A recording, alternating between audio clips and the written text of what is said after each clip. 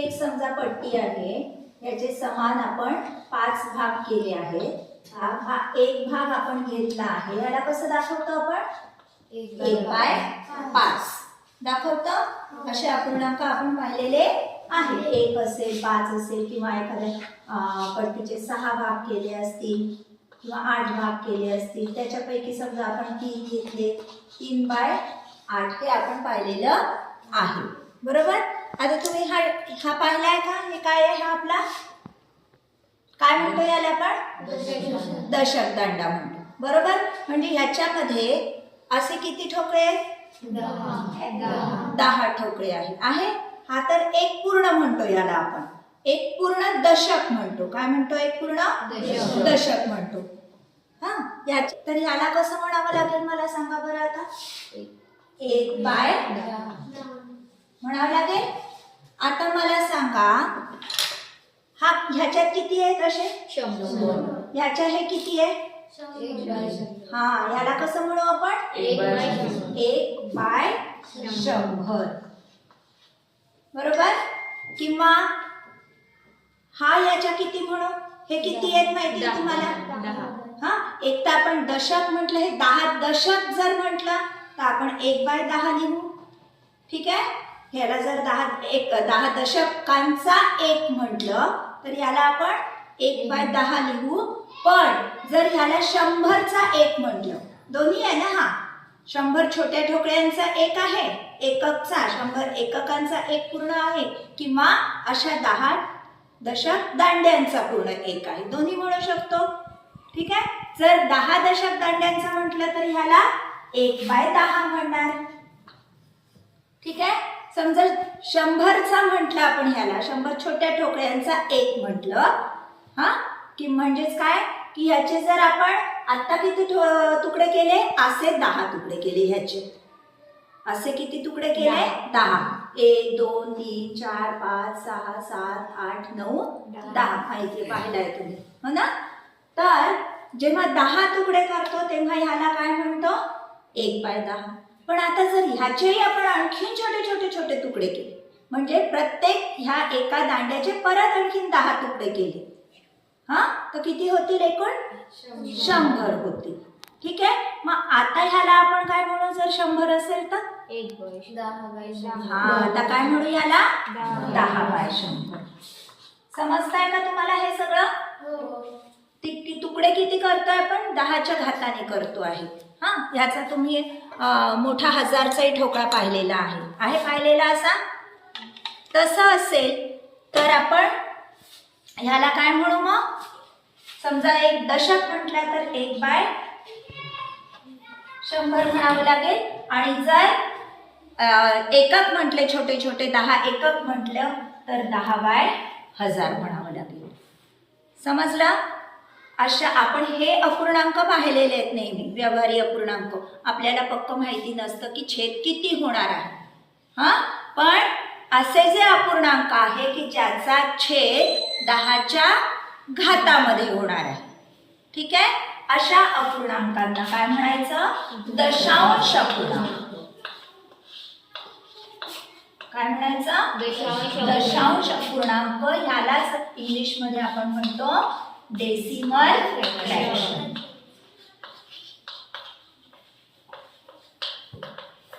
ज्याचा छेद किती असतो? 10च्या घातांकित संख्येत असतो, ठीक आहे। आलं लक्षात? दशांश अपूर्णांक म्हणजे काय? आता ह्याला 1/10 आपण कसं दाखवू? समजा ह्याला दाखवायचंय ह्याच्या पटीत, ह्याच्या तुलनेत ह्याला दाखवायचं आहे। असे किती तुकडे ह्याचे? 10।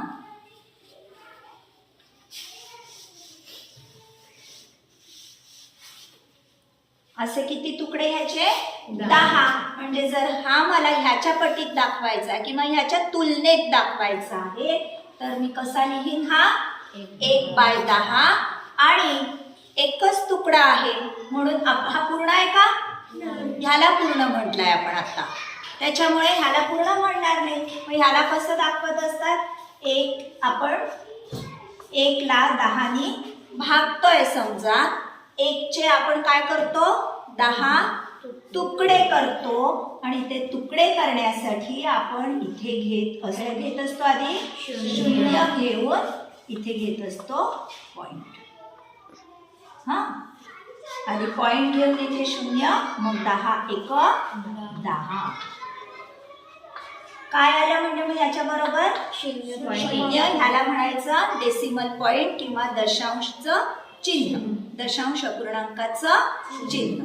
ठीक आहे. आता बघा, आता जर ह्याच्या पटीत दाखवायचा आहे, काय ह्याच्या तुलनेत हा दाखवायचा आहे, हा, तर काय लिहू 1 बाय किती येते 100. हा, म्हणजे ही जर पूर्ण पाटी आहे आपल्याकडे, असे किती तुकडे निघतायत याच्यात ना 100. मग आता इथे 100 असताना हा कसा दाखवीन मी, करा भागाकार, 1 ला 100. ठीक, 1 मध्ये तर भाग 100चा जात नाहीच पूर्ण. काय करणार, पॉइंट घेणार. ठीक आहे, पॉइंट घेतल्यानंतर इथे 1 शून्य घेणार, तरी पण भाग जात नाही म्हणून आणखी 1 शून्य घेणार, इथे 1 शून्य घेणार आणि 100 एक 100. समजला. ह्याला म्हणायचं दशांश अपूर्णांक आणि त्याचं रूपांतर हे व्यवहारी अपूर्णांकात आणि ह्याचं हे काय आहे दशांश अपूर्णांक. आलं लक्षात. ह्याच्या जागेवर समजा 2 घेतले आपण, किती घेतले 2 घेतले. तसंच 2 बाय 10 कसं होईल, काय करायचं, हा 1 शून्य काढायचा, इथे पॉइंट द्यायचा आणि ह्याचं उत्तर येईल 0.2.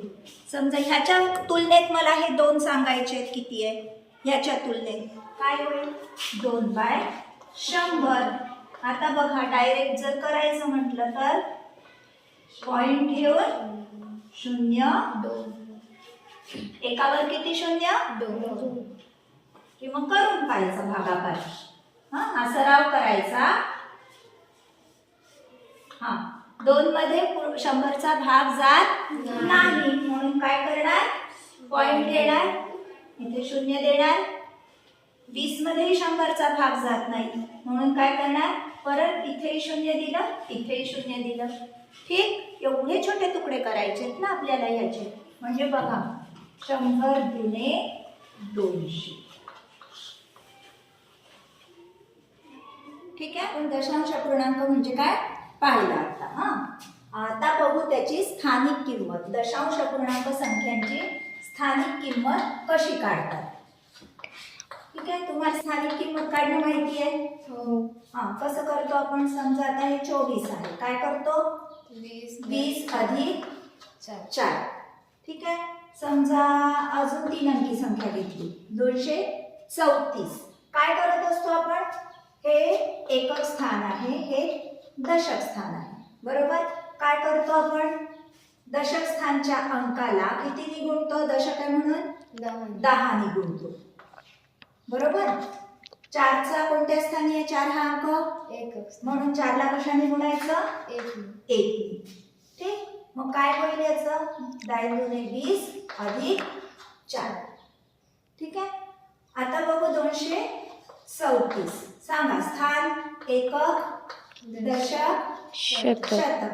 मग आता या 2 ला किती ने गुणू आपण, शतक स्थानी आहे म्हणून 100 ने गुणू. 2 गुणीला 100 अधिक 3 गुणीला 10 अधिक 4 गुणीला 1. या संख्यांचं आपल्याला माहिती आहे कसं काढतात, हो ना, गुणाकार करून काढतात ना. ठीक, आता बघू आपण, समजा ही आहे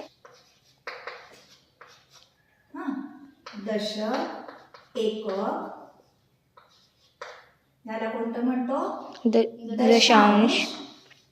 काय म्हणतो दशांश. आणि याला म्हणतो कोणतं, तुकडे. जर 10 मध्ये आपलं काम भागलं नाही तर आपल्याला परत उरलेले ह्याचं परत तुकडे करावे लागतात, बरोबर.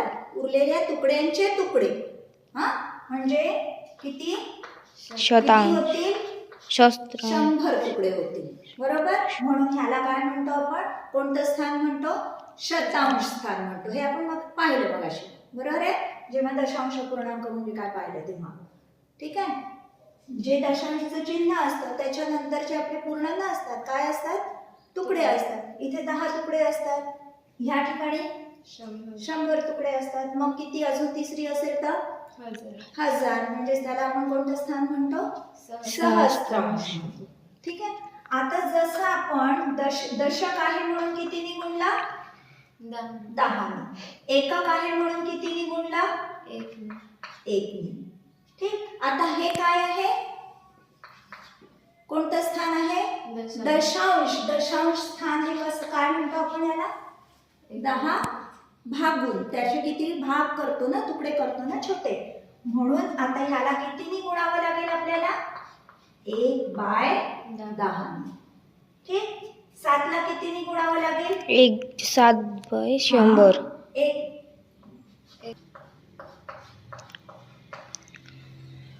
ठीक. मग काय करतो, या सगळ्याची बेरीज करतो गुणाकार करून. 20 अधिक 4 अधिक 3 गुणिले 1/10 म्हणजे काय, 3/10 अधिक 7/100.